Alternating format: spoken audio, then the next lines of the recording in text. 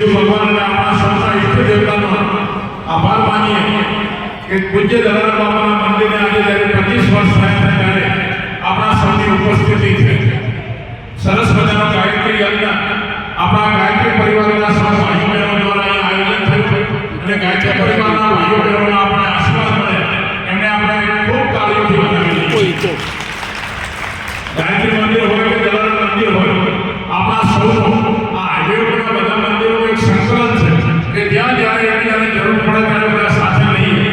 આજે જ્યારે 25 વર્ષ અહીંયા પૂર્ણ થાય છે ત્યારે 50 વર્ષે વડોદરા બાબુ એમને કરશે અને એ વખતે આપણે બધા અહીંયા આપણો હાજરી હોય એવી બાપાને પ્રાર્થના કરીએ. ભલે લાકડીના ટેકે આવીએ પણ અહીંયા હાજરી હોય એવી બાપાને પ્રાર્થના કરીએ.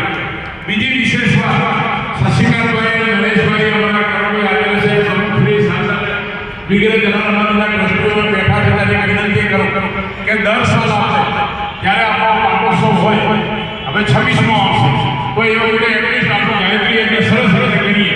દર સાલ 5 ઉત્સવ કરીએ એટલી વિનંતી. અને દર વર્ષે સાંજે મહાઆરતી, ભજન બાપાના અને ભોજન આટલું રાખીએ. જેટલા અનુકૂળ એટલા આવે આપણે કોઈ દબાણ કરવું નથી, વિનંતી કરશું જેટલી સંખ્યા એટલું આપણું સ્મરણ થાય. એટલે એ આપ સૌની સહમતિથી કનુભાઈ સાહેબ હું જાહેર કરું છું કે 2030 સુધી આ યજ્ઞ ચાલુ રહેશે દર સાલ.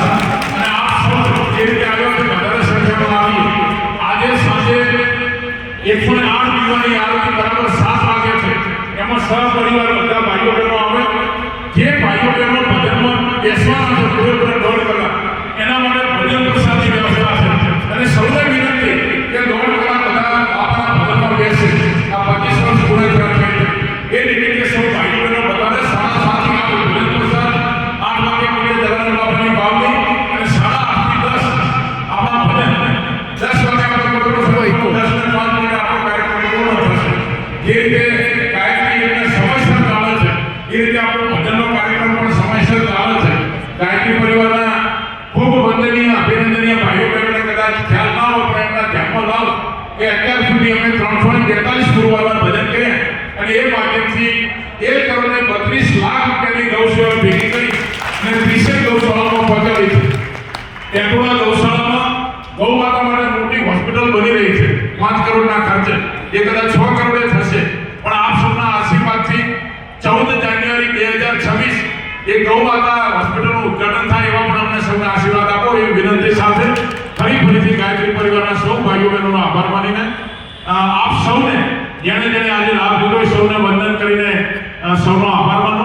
અને શ્રી જસુભાઈ સાંકલા અને બીજા 2-4 મિત્રો આજે નવા પૂજ્ય ધ્વજાજીનું આરોહણ થશે એટલે 5 મિત્રો જઈને દલાલ બાબાના ચરણોમાં ધ્વજાજી ચરણોમાં મૂકે અને બરાબર 4-5 વાગે અથવા આરતી પહેલા મહાઆરતી પહેલા આપણે નવા ધ્વજાજીનું આરોહણ પણ કરીશું.